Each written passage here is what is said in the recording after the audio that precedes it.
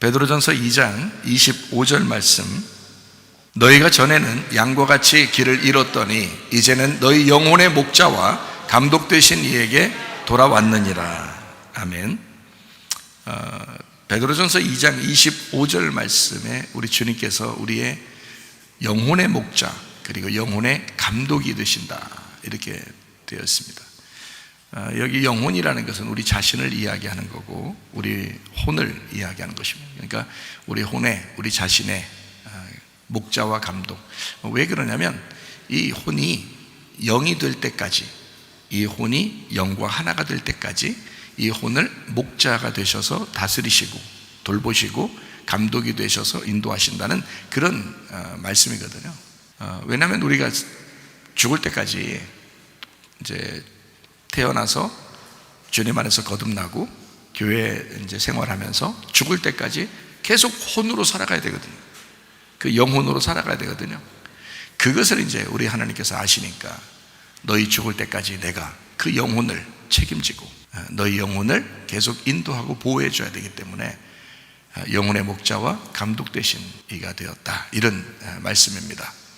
그러니까 하나님께서는 우리를 인도하시려고 그래요. 그러니까 양이 혼자 막 뛰어다닐 필요가 없어요. 그냥 목자하고 같이 있으면 됩니다. 목자가 해주시는 대로, 그러니까 양은 목자 보고 또 그 감독 되시는 우리 주님한테 인도해 주세요 이렇게 하면 알아서 자기가 다 해주셔요. 모든 것이 지나고 보면 다 은혜이구나 라는 것을 깨닫게 됩니다. 베드로전서 2장 25절은 24절하고 같이 봐야 좀 더 이해가 됩니다. 친히 나무에 달려 그 몸으로 우리 죄를 담당하셨으니 이는 우리로 죄에 대하여 죽고 의에 대하여 살게 하려 하심이라. 그가 채찍에 맞음으로 너희는 나음을 얻었나니, 이렇게 말해놓고 이제 우리의 영혼의 목자가 되시고 감독이 되신다 이렇게 말씀했습니다. 그러니까 이제 주님께서 친히 자기가 나무에 달려 그 몸으로 우리 죄를 담당하셨다. 우리로 죄에 대하여는 죽고 의에 대하여 살게 하라 하십니다. 그러니까 죄를 짊어지고 주님이 죽으셨으니 너희는 의롭게 살아라, 이런 말이에요. 자, 주님이 자기가 죽을 테니까 너희들이 살아서 부활해서 살았으면 좋겠다, 이제 그런 말씀이거든요. 그가 채찍에 맞음으로 너희는 나음을 얻었다. 우리의 몸도 주님이 책임지시겠다, 이제 그런 말씀이 되겠습니다. 그래서 이 부분을 이렇게 보면서 우리는 결혼을 생각하지 않을 수가 없습니다. 성경은 창세기부터 요한계시록까지가 다 결혼에 대한 이야기라고 했죠. 남녀가 둘이 하나로 만나서 그리고 마지막 요한계시록의 어린 양의 혼인잔치에 이를 때까지 계속 결혼에 대한 이야기를 성경에서는 해주고 있습니다. 그것이 처음과 마지막, 시작과 끝이에요, 성경이. 그러니까 결혼에 대한 이야기는 뭐 주님 오실 때까지 계속 이야기해도 뭐 과언이 아니라고 볼 수가 있죠. 그만큼 결혼이 중요한 것입니다. 결혼이라고 하는 것은 신랑이 죽어 무덤에 들어가 신부로 부활하여 사는 것이다. 이것이 결혼이다. 자, 다시 얘기를 해볼게요. 그리스도라고 하는 신랑이 우리를 위해서 죽으셨어요. 그리고 무덤에 들어가셨습니다. 그가 부활하여 다시 나오실 때는 그냥 신랑 혼자 나오는 게 아니에요. 그가 부활하여 나올 때는 신부인 교회가 등장하는 것입니다. 그러니까 예수님이 죽으신 목적도 사실은 교회라고 하는 신부를 얻기 위해서예요. 그러니까 신랑이 죽어 무덤에 들어간 것은 그냥 자기가 손해보려고 한 것이 아니라 교회라고 하는 자기 신부가 부활하여 살게 하기 위해서예요. 그리스도는 그리스도가 따로 있는 게 아니고 그리스도가 곧 교회요, 교회가 곧 그리스도이십니다.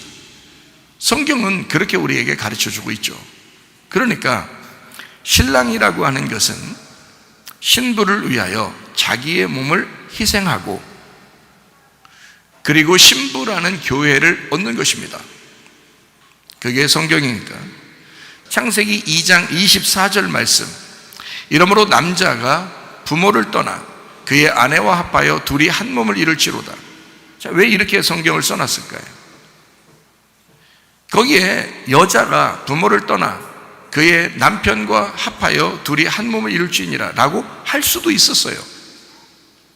그런데 일부러 성경은 이렇게 써놨어요. 남자가 부모를 떠나 그의 아내와 합하여 둘이 한 몸을 이룰지로다. 이것은 사람에 대한 이야기가 아니었죠. 처음부터 하나님 아버지와 아들 예수에 대한 이야기였습니다. 처음부터요. 그러니까 하나님의 아들이 하늘에서 이 땅에 내려오시고 그 부모를 떠나 그의 아내를 만나기 위해서 이 땅에 내려오신 거예요. 근데 그 아내가 형편없어요. 그 아내가 완전하게 준비된 여자가 아니에요. 그러니까 이 신랑 되는 그 남편이 이 땅에 내려와서 그 신부를 위하여 자기를 죽인 겁니다. 자기를 죽여서 무덤에 들어가 자기가 다시 부활할 때는 자기의 신부로 부활하는 거예요. 다시 말할게요. 마태복음 16장에 보면 여러분, 예수님이 그렇게 말하죠.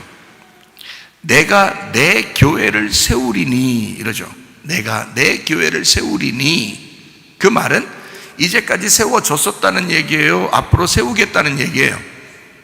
세우겠다는 얘기입니다. 내가 내 교회를 세우리니. 그러면 누구 거라는 거예요? 자기 거라는 거예요. 내 거인 교회를 세우리니 라고 한 거죠. 내 교회를 세우리니 음부의 권세가 이기지 못할 거다. 왜? 자기 거니까. 왜 음부가 이기지 못하느냐면 음부가 죽음이니까. 음부가 죽음이라는 거거든요. 성경에는 음부가 무덤이고 죽음이에요. 그러니까 그 죽음, 무덤이라는 죽음이 교회를 이길 수가 없다. 왜요? 신랑이 교회를 위해서 죽었다. 이미 신랑이 교회를 위해서 음부에 끌려 내려가 죽었단 말이에요. 그러니까 자기가 부활할 때는 다시는 그 죽음이 오지 않을 것이다 라는 얘기고요. 다시는 그 음부의 권세가 이기지 못할 것이다. 부활하여 신부가 살아날 때는 다시는 죽음이 없는 기쁨의 교회가 될 것이다 라는 얘기입니다. 그래야 마땅하죠. 자, 부모들이 자녀를 위해서 희생합니다. 태어나서부터 지금까지 다 자녀를 돌봐줘요. 결혼할 때까지. 그리고 난 다음에 결혼할 때도 막 축의금도 들어오고 그러잖아요. 그러면 그걸 다 정리해서 잘 살으라고 다 줘버려요. 부모니까. 그게 부모니까. 부모는 끝까지 희생하는 거예요. 그리고 보상을 바라지 않는 거죠. 그게 부모니까. 그러면 그것으로 끝나나요? 아니죠. 살아가는 동안에 그들이 아이도 낳고 또 생활하죠. 그러면 항상 신경이 쓰이죠. 그 부모니까 그렇습니다. 잘 생각하셔야 돼요. 부모라는 것을 잘 생각을 못해서 너무 어린 사람이, 너무 생각이 없는 사람이 부모가 된 사람들이 너무 많단 말이에요. 그러니까 자녀들한테 혹독하게 하는 거예요. 자녀들한테 어떻게 해야 될 줄을 모르고 자녀를 낳는 거예요. 부모는 희생하는 것입니다. 그리고 보상을 바라지 않는 거예요. 예수님이 그러셨단 말이에요. 예수님이 그런 예수님이셨다고요. 우리에게 보상을 바래서가 아니라 자기가 희생하고 모든 걸 끝냈어요. 자, 부모가 자녀에게 다 희생하고 다 물려주고 다 주고 나서도 그들이 어떻게 하길 원해요? 행복하길 원해요. 그들이 기뻐하길 원해요. 웃으면서 생활하길 원해요. 좋은 일만 즐거운 일만 있기를 원해요. 부모는 그런 것이니까. 하나님 아버지가 그 신랑 되신 예수님이 우리에게 우리 교회라는 신부를 놓고 뭐라고 생각하시겠어요? 나는 너희들이 행복하기만 원해. 나는 너희들이 웃기만 했으면 좋겠어. 나는 너희들이 기뻐하기만 했으면 좋겠어. 나는 너희들이 즐겁기만 했으면 좋겠어. 주님이 다 희생해 놓고 우리 보고는 행복하기를 원하시는 거예요. 그게 주님의 마음 아니겠습니까? 그런데 그 신랑을 믿지를 못하는 거예요. 그 신랑을 신뢰를 못하는 거예요.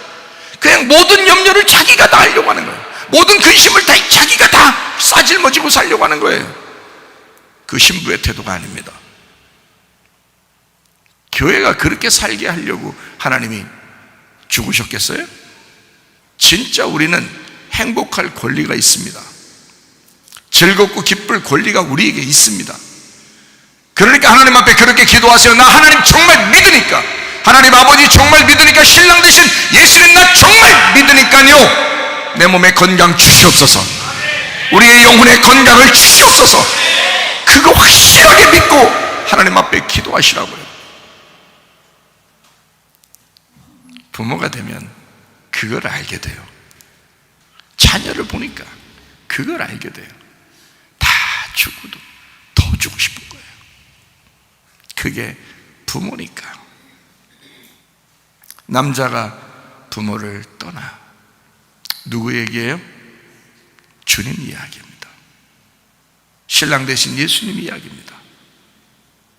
그 주님이 우리에게 오셨어요. 이유가 뭐예요? 우리라는, 교회라는, 나라는 우리 아내와 합하여 둘이 한 몸을 이루기 위해서예요. 그러려고 우리 주님이 이 땅에 오신 겁니다. 우리 슬프게 하려고요? 우리 고민하게 하고 고난받고 환난받고 핍박받고 막 어려움 당하고 괴로워하고 이렇게 해주려고요? 아니에요. 우리 주님이 이 땅에 오시기 그 전에는 그럴 수 있었죠. 그러나 우리 주님이 오시고 나면 우리 주님은 그런 마음이시라고요. 그 하나님 아버지의 마음, 그 아들 예수, 남편 되신 예수님의 그 마음을 주의 종들에게 전달하라고 설교가 있는 거예요. 그 복음을 전달해 달라고 설교가 있는 거예요. 그거 믿어달라고, 그 마음 좀 인정해 달라고 주님이 그러시는 것입니다. 그러므로 여러분과 저는 행복할 권리가 있습니다. 제가 결혼식 전날 우리 딸 아이한테 문자를 보냈어요. 아빠가 고생한 거 맞다, 할머니 고생한 거 맞다, 엄마 고생한 거 맞다. 그렇지만 너는 행복할 권리가 있다. 너는 기쁠 권리가 있다. 네가 늘 즐거웠으면 좋겠다. 네가 늘 웃었으면 좋겠다. 부모는 그렇게 희생하고 고생하고 그렇게 자녀를 위해서 살아가는 것이니까 네가 우리보다 훨씬 더 행복했으면 좋겠다. 그게 부모 마음이니까요. 제가 성경을 깨닫고 주님을 깨달으면서 이게 그냥 자동적으로 알게 되는 말씀들이에요. 그러니까 제 가슴으로 얘기하는 겁니다. 여러분에게도 성도들 저의 자녀들과 같고 주님의 양들이고, 그래서 똑같이 그 주님의 마음을 여러분에게 전달하고 싶은 거예요. 여러분, 우리 주님은 여러분이 행복하기를 원하십니다. 남자가 부모를 떠나 그 아내와 합하여 둘이 한 몸을 이룰지니라. 그냥 말로 하는 게 아니에요. 우리 주님은 실제로 그렇게 하셨다고요. 그래서 저는 결혼이라고 하는 정의를 이렇게 잡는 것입니다.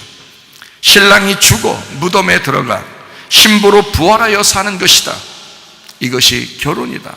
성경 전체의 핵심이다 라고 하는 것을 저는 깨달았기 때문에 이야기를 하는데, 사람들은 아마 그 얘기를 듣고 그게 뭔 말인지 모를 수도 있습니다. 이 말이 뭔 말인가 라고. 근데 우리 교회에서는 이런 것들을 설명해 주죠. 남자가 부모를 떠나 그의 아내와 합하여 둘이 한 몸을 이룰지니라. 이게 결혼이죠.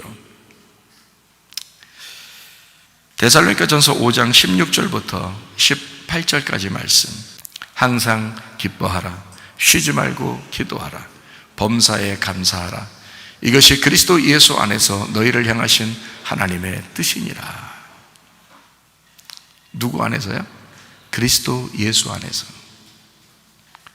그리스도 예수 안에서 그리스도 예수가 빠지면 너 이렇게 못해. 그리스도 예수가 빠지면 항상 기뻐 쉬지 말고 기도 범사에 감사 안 돼. 그게. 근데 그리스도 예수 안에 있으면 항상 기뻐 쉬지 말고 기도 범사에 감사 가능해.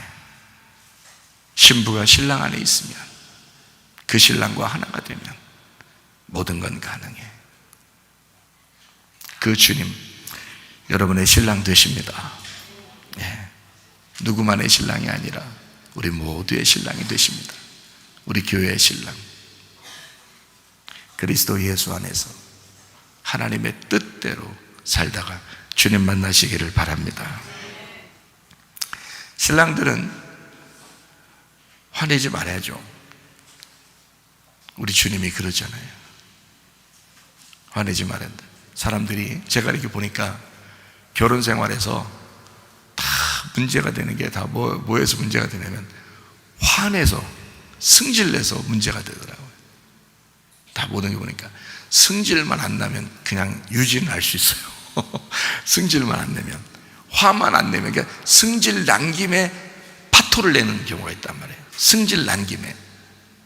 그러니까 승질 내지 말고 화내지 말고 신랑이 또 남편이 되고 아빠가 되라.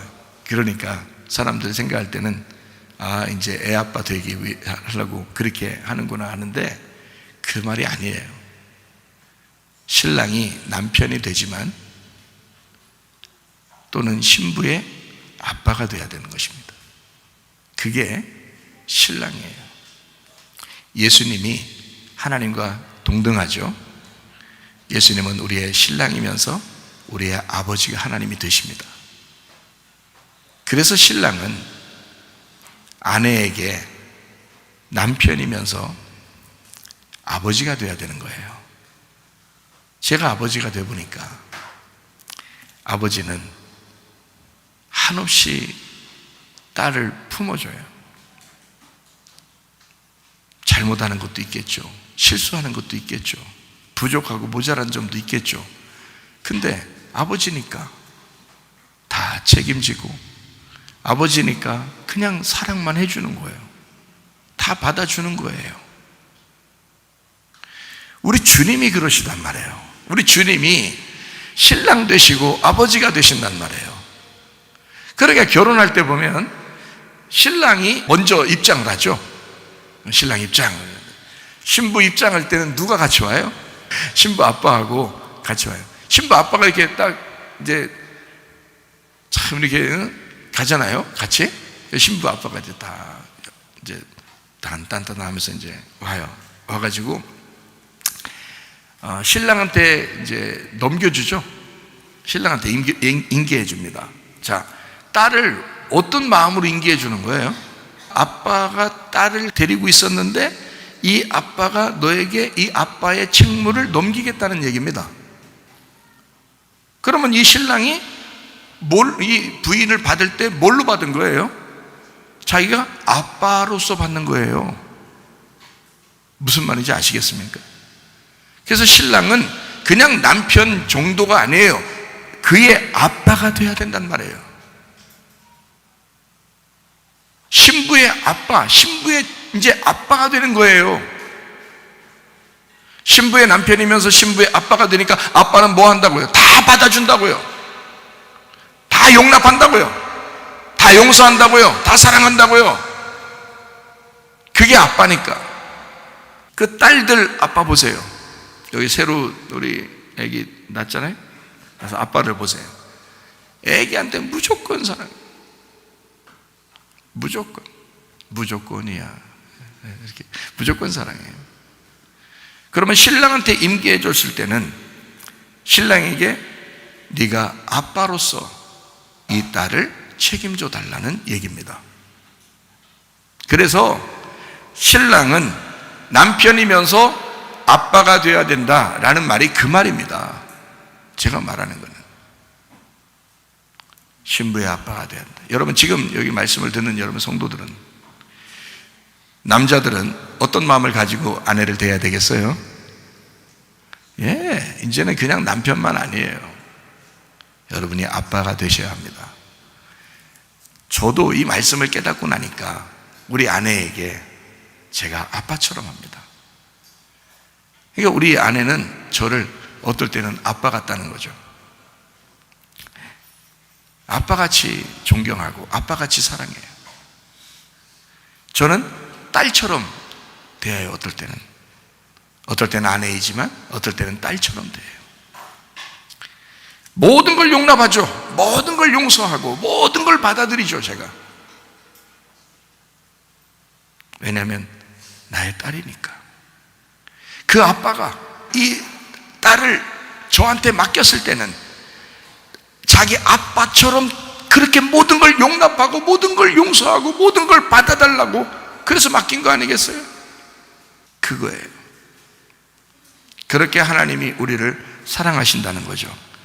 신랑 되신 예수님이 그렇게 사랑하신다는 거죠. 우리를 아빠처럼 모든 걸 용납하신다는 거죠. 자, 이제 여러분과 제가 이제 기도할 때 어떻게 기도해야 되는지 아시겠죠? 하나님 아버지, 예수 남편이시여 기도할 때는 어떤 마음을 가지고 기도해야 되는지 아시죠?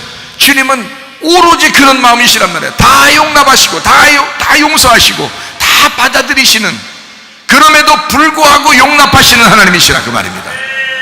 그게 우리 아버지 하나님, 우리 신랑 되신 예수님이란. 그러니까 말씀을 듣는 여러분도 남자들은 다 그런 마음으로 사시라고요. 목사님 그렇게 안 살면서 우리 보고만 그렇게 살아, 그건 거짓말이고 외식이죠. 목사도 그렇게 사니까 여러분, 우리 성도들은 다 그렇게 사시라 그 말입니다. 보이는 목사가 하나님은 아니니까 보이는 그림자, 실제이신 하나님 보이지 않지. 근데 보이는 그 목사를 보면서 그렇게 따르시라고요. 보이지 않는 하나님 앞에 가려면. 이해가 되시죠? 그래서 바울도 그랬죠. 자기를 따르라고, 자기를 본받으라고 그러잖아요. 자기를 거울 삼아서 생활해라, 그런 말이죠. 여러분은 저를 보면서 거울 삼고 자기를 돌아보고 그러면서 생활하시면 됩니다. 말씀을 깨닫고 나니까 가슴이 뭉클뭉클. 주님 생각하면, 아버지 하나님 생각하면 가슴이 뭉클뭉클해요. 저 너무너무 감사해요. 우리 딸하고 아들을 보면서 또 사위를 또 보면서 마음이 뭉클뭉클하죠. 왜냐하면 성경이 다 보여지니까, 성경이 보여지니까 너무너무 감사하죠.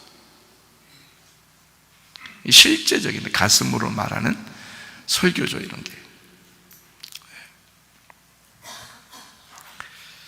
그러면 신부는 어떻게 되느냐? 제발 짜증내지 말라는 거예요.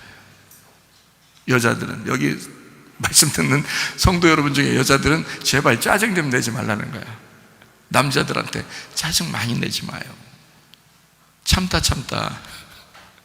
또 참아야지, 남자들은. 근데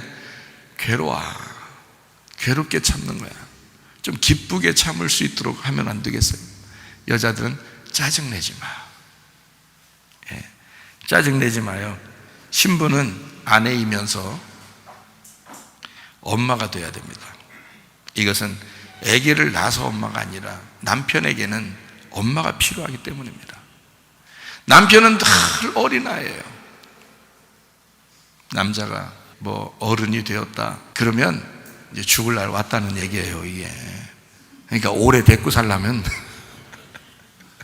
남자가 부모를 떠나 오신 그 예수님은 완벽하지만 이 땅에 있는 신랑들은 늘 어린아이란 말이에요. 죽을 때까지 어린아이예요. 자기의 엄마 품을 그리워한다고요. 엄마 같은 아내를 그리워한다고. 남자들한테 다 물어보세요. 여기 있는 사람 남자들한테 그런가 안 그런가, 저만 그런가 다 물어보세요. 엄마같이 푸근한 그 아내를 원하기 때문에, 그래서 그때부터 이제 아내의 밥을 먹고, 그죠? 이제 아내가 이제 주는 그 사랑을 먹고, 이제 그 존경을 먹고 사는 거예요. 어린아이니까 두둔해줘야 되잖아요. 어린아이니까. 그러니까 남자들은 조금만 이렇게 두둔해주잖아요. 오, 잘생겼는데, 그러면요, 괜히 거울 한번 더 보는 거예요. 옷 매무새가 참 멋있는데 그러면 거울 한 번씩 딱 더 보고요, 뭐 어때 한 번 더 그러고요, 옷 하나 더 사려고 그런단 말이에요. 괜히. 그리고 마음이 좀 넓고 멋진데요, 그러면 더 넓어지려고 그런단 말이에요. 예? 그게 뭔 말인지도 모르고 그냥 막 더 넓어지려고 막 한다고요. 당신 진짜 멋쟁이야, 당신 최고야 이러면요, 없던 돈도 나가서 땅 파서 주워오려고 그런단 말이에요. 왜냐면 더 최고가 되고 싶어서. 왜 그럴까요? 왜 남자들이 지금 제가 말하는데 공감하고 있을까요? 예? 가만히 생각하면 그 말이 맞거든. 남자들을 생각해보세요. 왜 그런 마음이 자꾸 이렇게 여자들보다 훨씬 더 인정받고 싶어가지고 그렇게 막 안달안달하냐고, 남자들이. 여자가요, 조금만 얼러주고 조금만 어이구 우쭈우쭈 해주면요, 진짜 우주로 날아가는 것 같단 말이에요. 우쭈우쭈 하니까 그 우쭈우쭈 해준단 말이에요. 그렇게 좋아해 남자들이. 왜 그래요? 어린애라 그래요. 어린애라. 남자는 아내에게 엄마의 사랑을 받고 싶은 거예요. 아내에게 엄마 같은 그 푸근한 사랑, 자기를 용납해주고 사랑하고 칭찬해주고 잘했다고 해주고 하는 그런 엄마의 그 사랑을, 그 존경을 받고 싶은 거예요, 남편들이요. 남편들이 못도 잘 받고 벽에다가 힘도 쓰고 뭐 나무도 부러뜨리고 뭐 이렇게 그렇게 굉장한 것 같지만 사실 여자 치마폭에서 놀아나는 사람들이 남자들입니다. 그렇죠?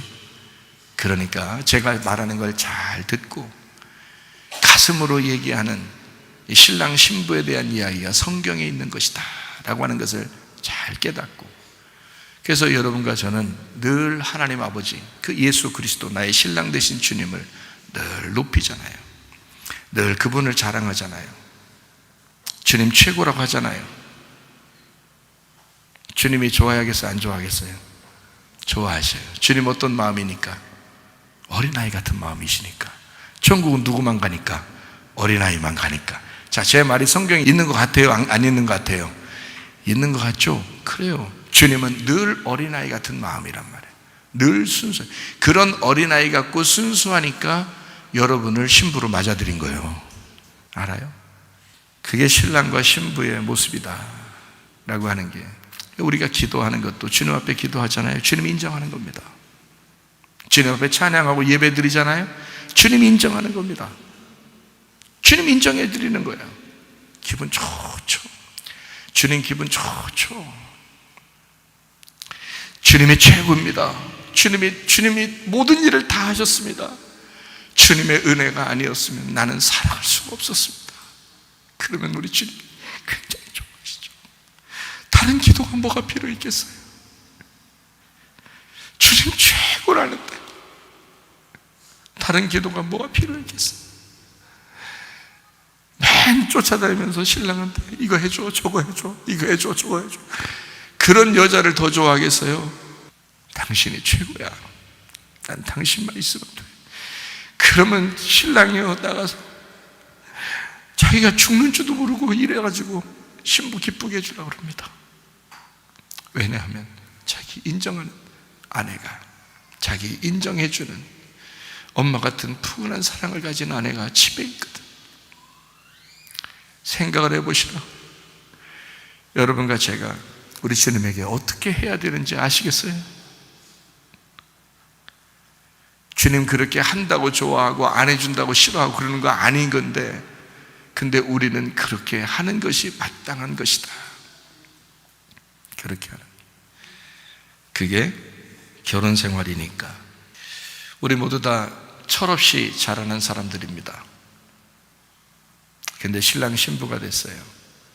철없이 행동하던 모든 것들은 이제 접고 다시 신랑 신부로서 거듭나 이제 새로운 가정을 꾸리고 이제 살아가게 되잖아요.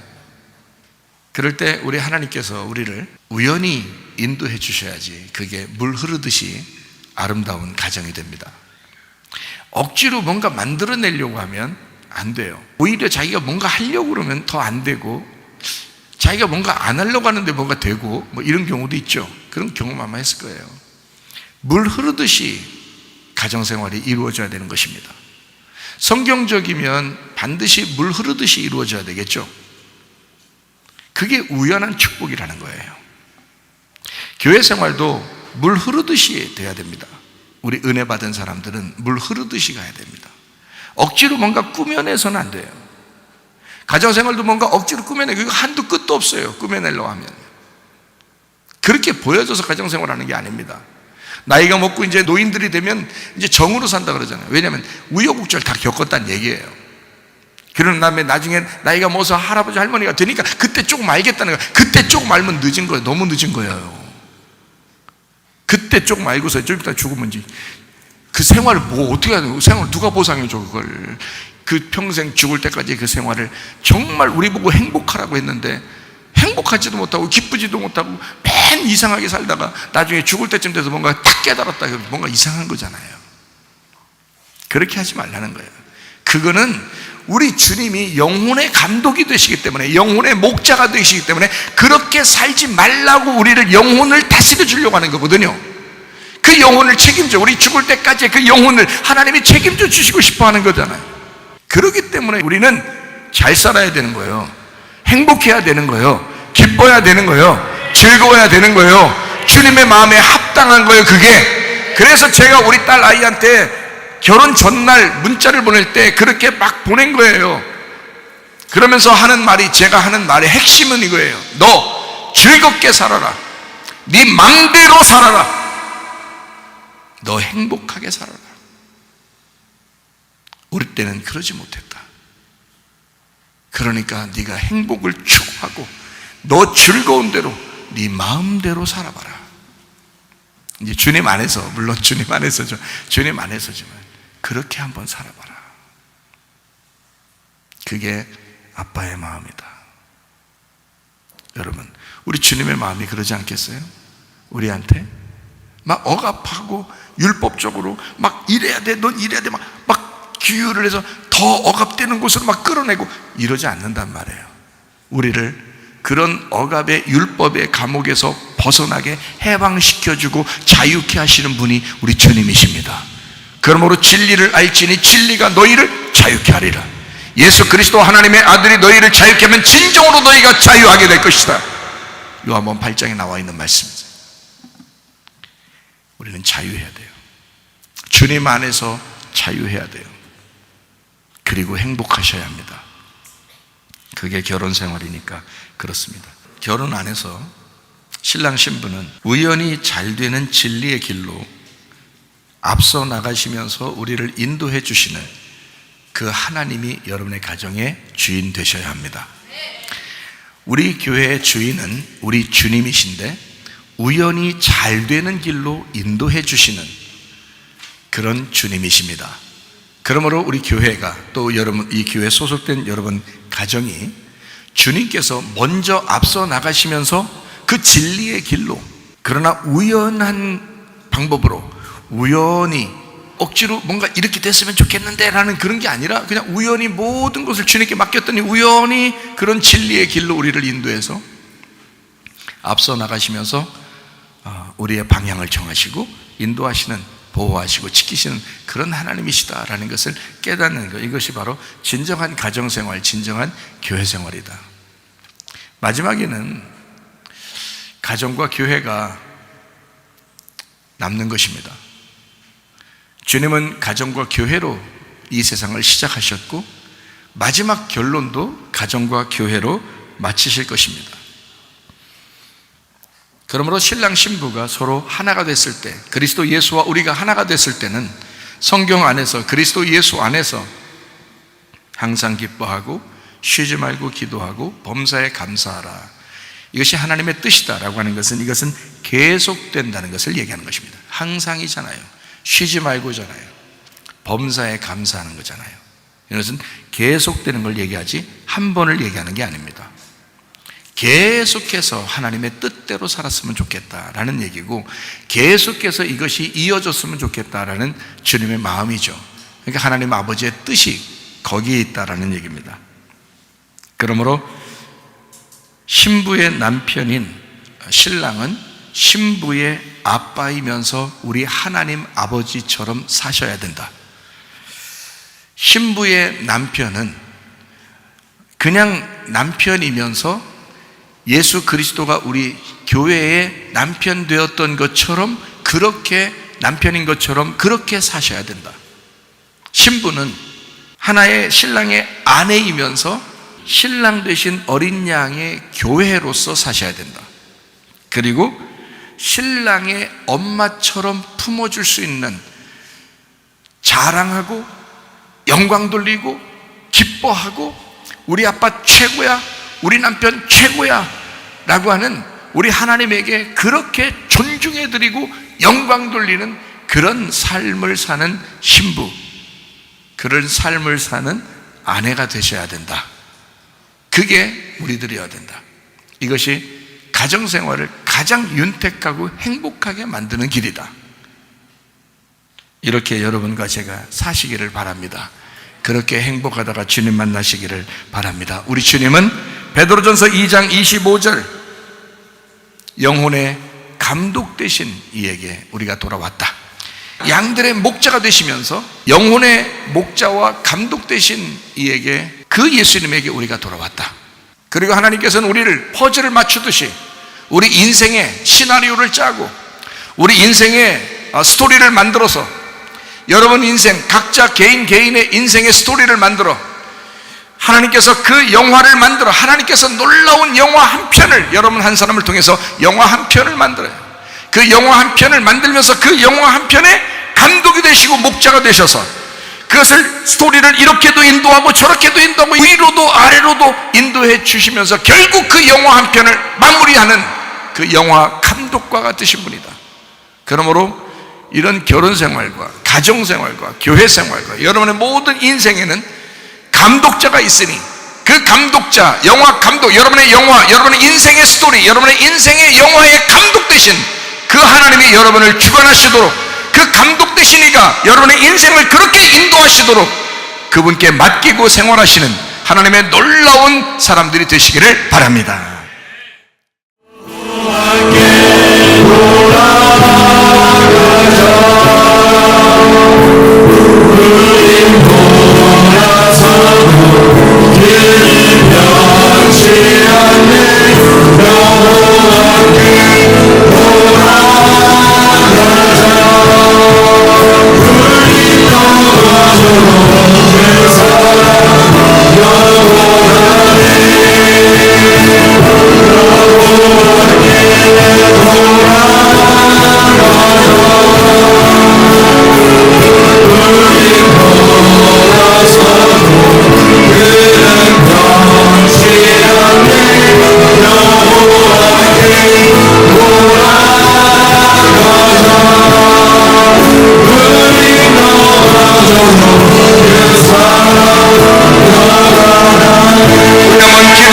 하나님 앞에 기도할 때, 우리 하나님, 나의 인생의 영화를 하나님께서 감독되셔서 하나님 아름답게 만들어 주시옵소서.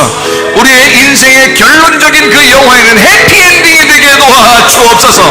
하나님의 놀라운 가정, 하나님의 귀한 교회가 되게 하셔서 주님을 만날 때 칭찬받게 하옵소서.